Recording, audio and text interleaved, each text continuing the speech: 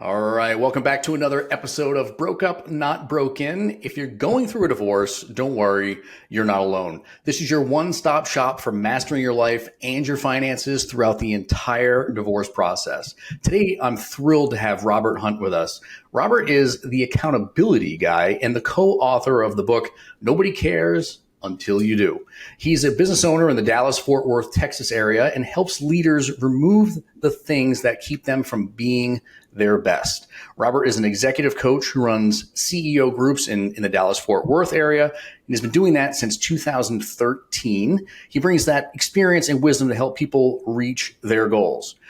Going through a divorce himself was one of the hardest parts of his life, so he can relate to where many of our listeners find themselves today. So listen, if you're feeling overwhelmed by your divorce or your current station in life, please don't be. Robert is here to help us break it down so you can feel confident and prepared by creating a clearer picture of not only your financial situation, but how you can tackle some of the personal challenges that you might be facing as well. So grab a cup of coffee or your beverage of choice, buckle up, and let's once again get you personally and financially empowered.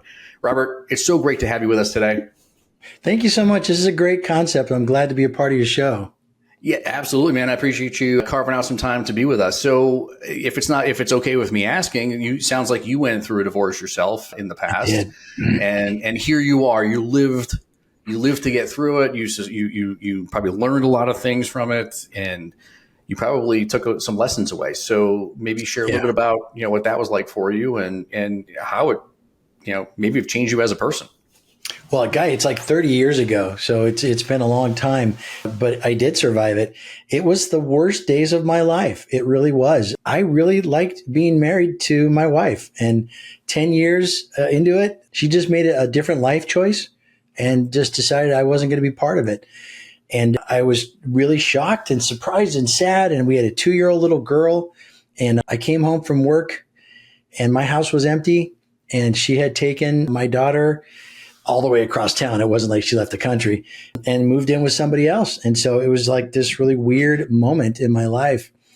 And I also found out through that the effort that we had been making to get out of debt and to pay off all these things, actually, she wasn't paying it.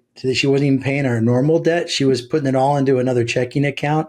And I found out that once she left, we were many months behind in bills, and my checking account was zero when I went to go look at it the night I figured out what was happening.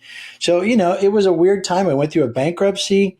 I spent $10,000 on legal fees to settle with my wife to get 30% time with my daughter.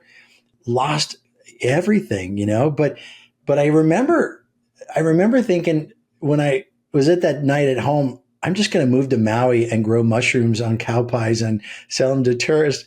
I remember a dude in college that told me he grew mushrooms on cow pies and sold them to tourists and made enough money to pay his rent. And that was the thought I had that night when I came home. I'm like, I'm just going to leave the world. But I remember that 2-year-old little girl, and I knew that God had a plan for my life. I didn't see it at that moment, but I know who he is in his nature, and God doesn't screw us over. So it was a weird time. Lost friends, lost all kinds of things in the journey. Very, very tough. But at the point is that I got through it. 4 years later, I married my wife, who I'm married to now. We've been married 25 years, and she is my best friend, and she's awesome. And then we had a child of our own, James, together. So God has restored all the horrible things that I lost and more. Talk about a wild ride, but I mean, having that 2-year-old, I mean, that probably saved you from living on Maui. You might be having this conversation with me from your pineapple plantation or something, but so you go through this experience, and in that, and there's a lot to unpack there. I mean, there's from the emotional perspective and from the financial perspective. So I get this is a financial show, so I guess I'm gonna ask the financial question here. It sounded like she was she the one in the household that was responsible for the finances, and you kind of just let it roll to her? It wasn't always that way, but she loved to spend money. And so I kept saying, listen, I don't think you get a vision of where we're doing with this money. Why don't you pay the bills, and then you can make decisions, and we'll do it together, and you can see the whole picture. And that way it's not me being the bad guy saying, don't spend money. It's we together talking through issues. And That was my thought, that might help. It did not help, but I was hoping that she would then kind of get a vision of how money comes and goes and how we spend it and stuff. And that didn't work out that way. Tragic.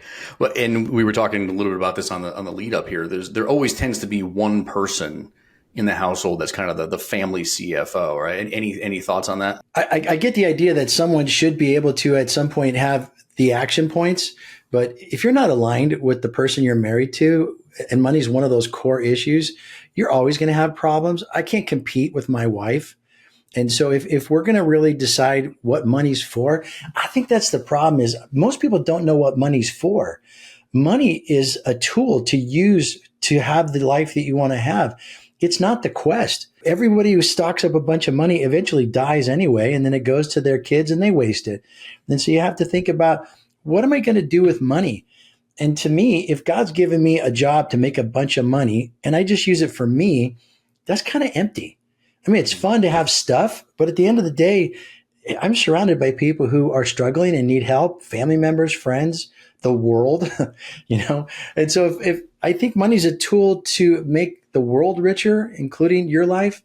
And if we're not aligned and the way we look at money, it just becomes another thing to separate us and drive us apart. Yeah. So now you're doing this executive coaching, and it sounds like you've been doing this for a while now. Can you talk a little bit about what that looks like, the work that you do there? Because a lot of the people that we, even, existing clients that we have and clients that we've had in the past and people that are listening to our show, they're in the throes of it. They're in that, they're 30 to 50, 35 to 55-year-old age range.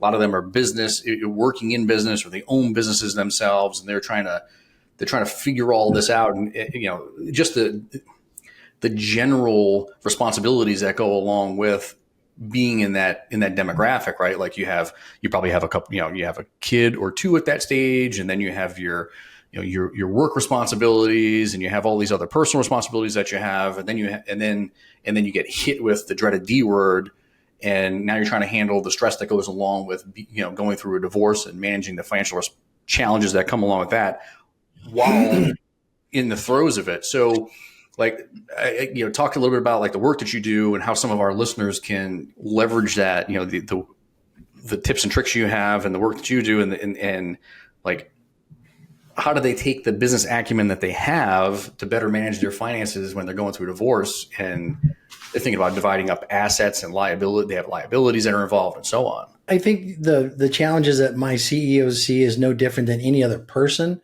There just tends to be a bigger level of responsibility because you have so many lives involved in that. But I think at the end of the day, it really comes back down to you deciding what you want, what's your purpose.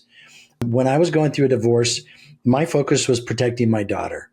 And my wife moved into a house with someone else and a bunch of other kids. And I didn't know those people. And I wanted to fight to have as much time with her as I could. You can have all my money. I'll make more money in the future. I want to protect my daughter. And so you have to step back and say, what do you really want? And whether it's a business owner or an employee somewhere, we all make decisions and trade-offs along the way.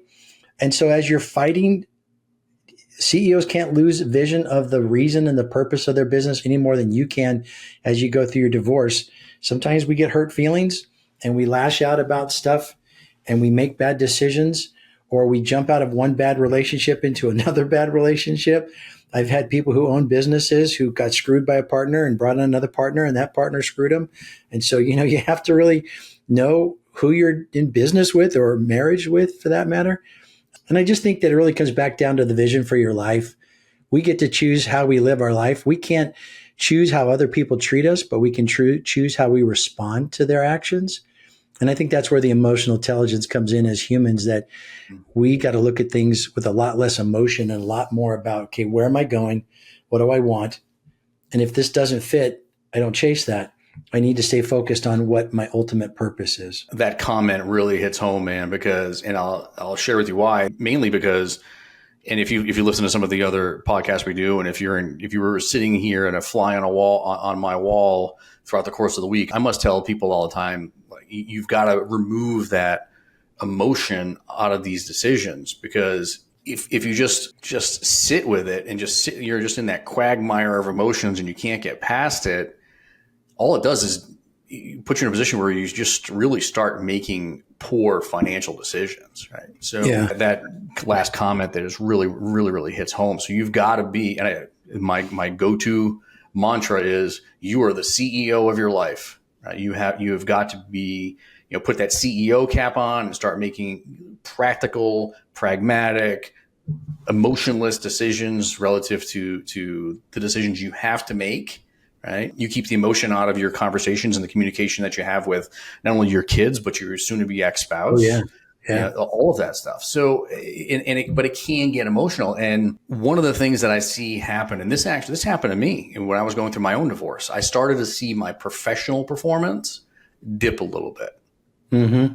because we're all only human. You can only take so much. So what advice would you, if you were coaching me 7 years ago when I was going through my divorce, and I started talking about my performance is dipping, and I feel like I'm not giving anybody 100%. How do you handle that, or what are some tips and tricks you can provide to handle those stresses that come along with the divorce? Yeah. We talk a lot in our groups about the idea of margin, which is creating some kind of space between your limit and your load so you don't hit overload. And I think most people run on overload on a regular basis.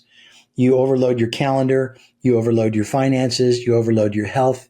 You stay up too late, you eat too much, you drink too much, you don't work out, you don't take supplements, you're stressing. All that stuff is just eating up all the bandwidth of your health. And then all that bucket just drains into the emotional side and we just explode. And so we have to learn to create enough room in our lives for things that are going to go wrong, and they all go wrong. And it gives us the ability to look at this whole thing like a machine, where if your car's not working right, you look at it and you listen and you turn the valve or you change the filter, you do things. And our lives the same way.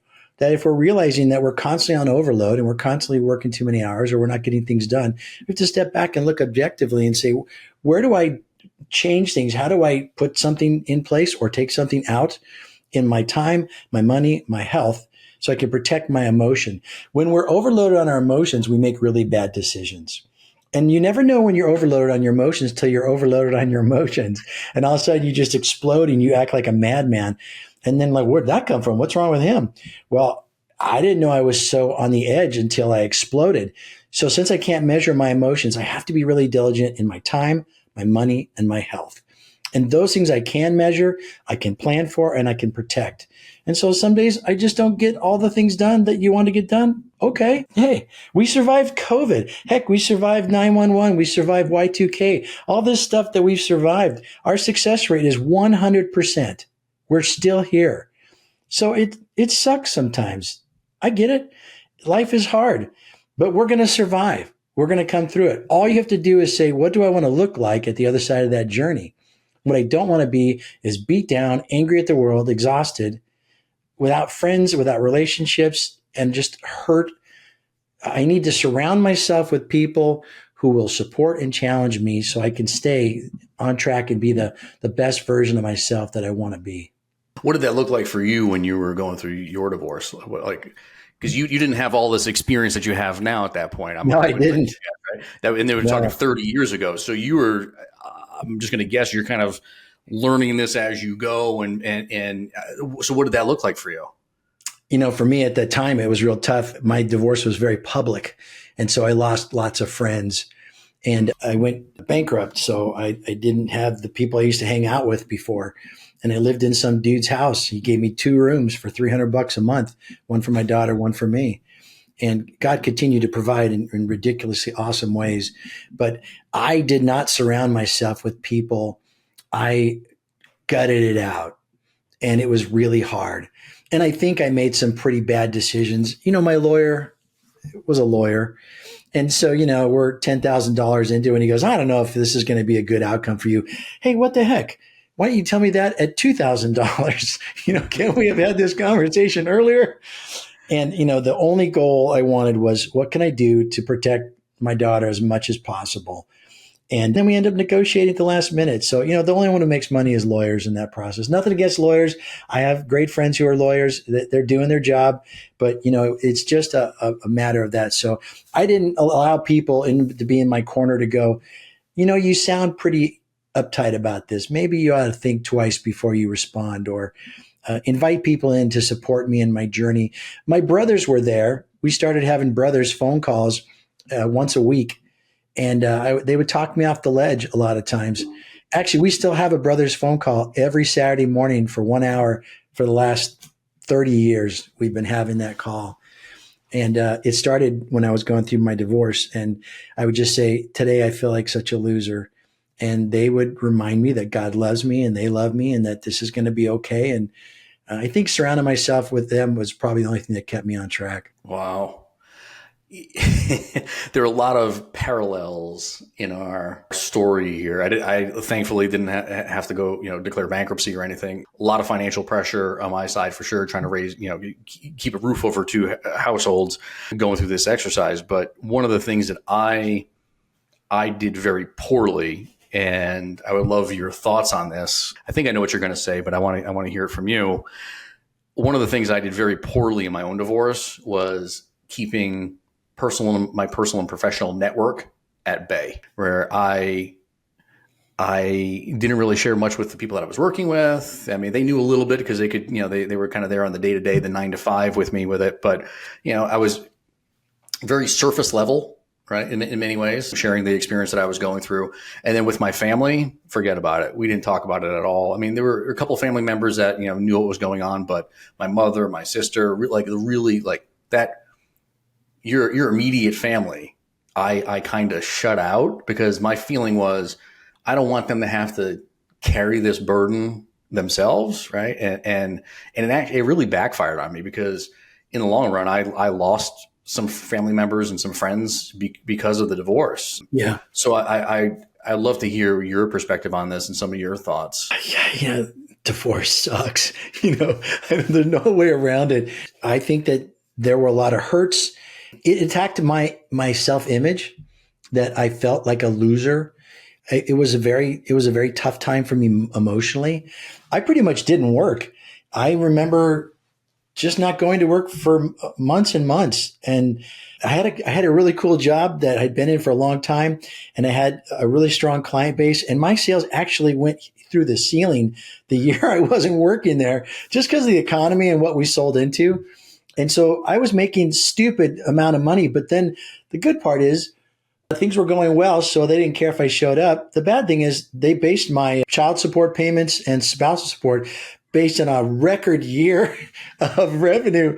And so I had to live up to that. It was like there's always that learning curve. You can come back to the judge years later and say, well, business is down. But anyway, I didn't show up at work for the longest time. And they'd be like, hey, can you stop by and sign some of these documents? I'll go, yeah, maybe next week. And they were very kind to me, because they knew I just my head wasn't in the game anymore. I was going to be this corporate guy. I had a career path.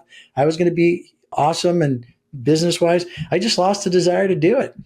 And if I was to lose my job, I'm like, okay, I lost my job, but I just couldn't get my head together for months. It probably took me 4 or 5 months before I felt like I could go back to work. So I was very blessed to have a company that left me alone and let me survive. You were definitely blessed, because I don't know anybody that that I've come across that had that level of leeway, so to speak. I certainly was not me. I was still very much working and traveling during mine, and it just continued to add to the stress, because we are, I think, in many ways, all of us are in performance-based businesses, and if we don't perform, then we don't have a job. So it's ultimately, if you're listening to this and that's you, what I would say is, don't be afraid to share with loved ones, and you have to pick and choose, right, at work, and who you're going to share things with, and trust your judgment there. But learn from my mistakes. My mistake was really, I just tried to really shut out my family, and in trying to protect them, and in hindsight, I really just kind of shot myself in the foot with that one. So that is one of the bigger regrets I have out of my own personal situation. But shifting gears now. I will say, though, if I could add to that, I will say that it was a great time for me to reflect and see, what do I want my life to look like? Mm-hmm. And as I some part was taken away. So you look at what you got left and go, well, with what I got left, what do I want to do with it? And it was a very good time of grounding and seeking the Lord and asking him, hey, what do you want my life to look like? And then being really intentional. So one of the things we did is we put away the TV. We had one, couldn't afford cable. So we used to watch, we used to watch videos, a lot of Disney videos, but I put it in the closet. And so when we came over, it wasn't like the babysitter. I realized, hey, I only got 5 days with her in a row, and I don't want to waste it watching TV. And so we built Barbie clothes. We learned how to cut out the shape of a dress and staple the edges and invert it, and it was a Barbie dress. And so we did cool stuff like that. And we because I didn't know how to sew, and so we did stuff together. But we made intentional time together, and I would bargain with things that I could say, this is a thing to be with my daughter at, so I'll go to that, but this thing I'll pass on. And so it just really was a great time of changing the way I saw the world and my life, and then creating what you want to have from the leftovers. Maybe you got screwed in the deal, maybe, but at the end of the day, nobody cares. And you still got to live your life, and your kids still counting on you. And you could be a victim the rest of your life if you want, or you can say, that sucked. And now I got to figure out a plan. My kids need me. The world needs me. I need me. I got to figure out a plan. And that's really what we did, is we refocused. We were definitely on the same wavelength here, because my next question was going to be, and you already alluded to this a little bit in your response there, but is that where the nobody cares until you do book concept came from, as you have this kind of the reframing of your future? No, not at that time. It really came about as I watched my 15-year-old son live life and try and take on challenges and just come back from school and say how bad a teacher was, or how bad the coach was, or how bad his friends were. And I just kept saying, dude, at the end of the day, nobody cares if you got a bad teacher or a bad boss or a bad spouse. They just expect you to show up and own it. And you're going to have to figure out a way to deal with injustice in your life, because at the end of the day, nobody cares. And it's really true. And so in 2020, when COVID hit, I watched the whole world just fall apart. And everybody was blaming everybody. You vote for Trump, I hate you. You didn't vote for Trump, I hate you. I mean, everything was just pointing fingers and blame. And it was at that time I was watching my clients have to own things that the world was throwing on them unfairly. And I watched the ones who said, okay, that sucks, but I still got to own it. What do I do here? And the ones who said to themselves, look, nobody cares. I got to fix this. I got to find a solution. They rose above all the really horrible times. The ones who were mired down in fear and worry and said, this isn't fair, this is wrong, they sank. And so as I was watching this journey come on, I partnered with a friend of mine, Salem Thine, and we put together the principal pieces of this book. And we thought we need to reteach the world about what real accountability looks like. And that's why we published the book in 2022. Love it. Now you're the accountability guy. Yeah, I dubbed myself that. I don't know if I'll probably get sued from somebody who else is the accountability guy out there, but for now I'll roll with it. I think you should throw a trademark symbol right after that, and you just own it, man. You own it. Regarding the book, you have a special offer that I do not want to forget to. Yeah, I would love to mail 2 copies of our book out to the first 2, 1 copy each to the 2 of the people who hear this podcast and would like to have a copy. If you're willing to read it and fill out the satisfaction assessment and really be honest with yourself, I will mail you a copy of my book at my own cost, because I wrote this book to change lives, not to get rich. It's really expensive to write a book if you have a publisher do it for you. I got to sell 50,000 copies just to break even. And so I'm not thinking I'm going to have this big retirement fund, but if I can change lives, then that makes me happy. So if you'll go to Nobody Cares Book, no, sorry, you got to get it right. NobodyCaresPod.com. NobodyCaresPod.com. And there's a contact form. Just fill out your information and your address. Use the code word not broken. And I will mail the first 2 people who request a copy of the book. I'll mail you a copy.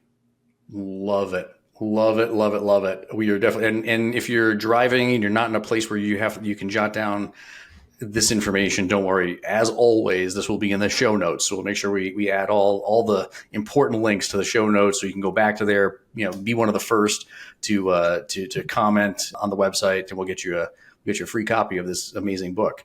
So this is the carte blanche section of the conversation here today, we talked about a lot. We talked about emotional resiliency, and we talked about the dealing with finances in a divorce, and how to make sure you keep your support system in place and workplace performance. And we talked about the just really just trying to reframe your life in a lot of ways when you're faced with adversity. And in this case, we're talking about the adversity of divorce. Anything we didn't talk about that we should talk about? Any questions I didn't ask you that I should ask? This is open mic session. I'd love for you to share any additional thoughts that you have, or Yeah. any follow up. I've seen some people make really bad decisions in response to someone else's bad decision. And life is more about how you respond to the crap that comes your way than just the journey of itself. And I think that in the book, we talk about the ideas of true accountability. And when people realize that now they are accountable for something, the first thing they do is blame. And if blame doesn't work, they make an excuse. Or if that doesn't work, they just say, well, I can't. And if that doesn't work, they just wait and hope.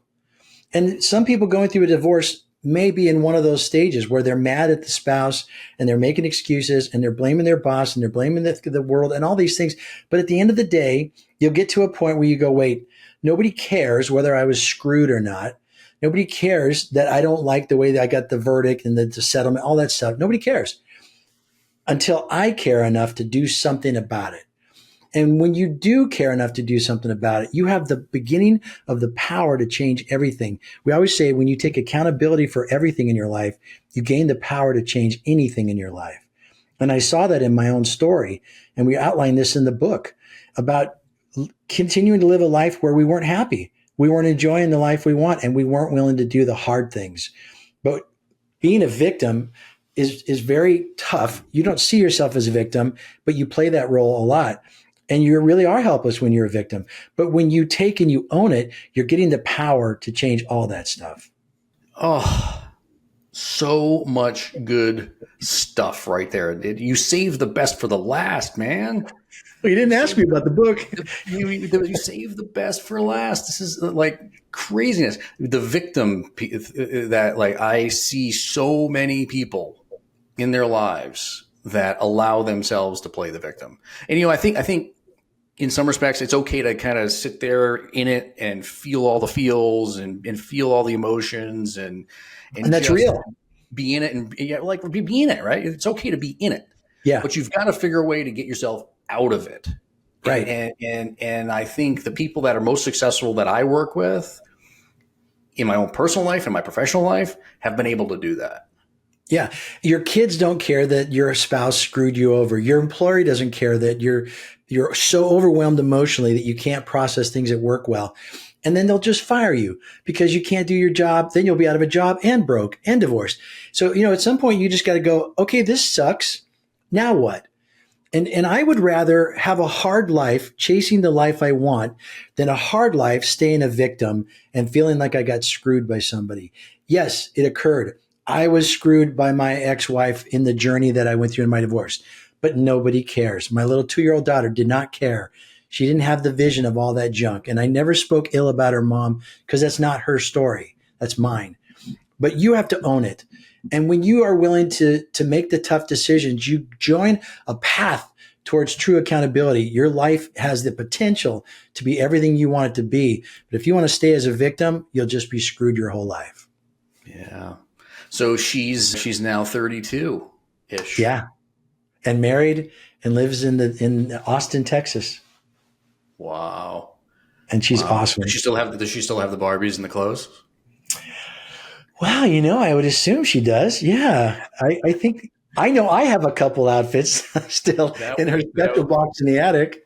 Talk about memories. You can't just buy those off the shelf, right? You guys made them together. Custom made, man. That's amazing. Well, so incredible conversation. I'm super appreciative that you were able to join us today and share all of your wisdom with us. And so thank you so much for sharing all these valuable insights. For our listeners looking to delve deeper into leadership and some decision-making skills and developing the skills that can be applied during life's tough transitions, you can also connect with Robert on LinkedIn. I'm going to share the link for him as well, so you can connect with him on LinkedIn. His direct link is going to be in the show notes. And if you're navigating the financial complexities of a divorce, don't forget that we can help you here at Allegiant Divorce Solutions. So just visit allegiantds.com for more information and free resources. We have a ton of free resources on the website. And remember, if you're in a spot to do it, like, follow, subscribe, do whatever you have to do to follow our podcast for more insightful discussions. And until next time, keep leading wisely. Don't play the victim, and make the best informed decisions you possibly can.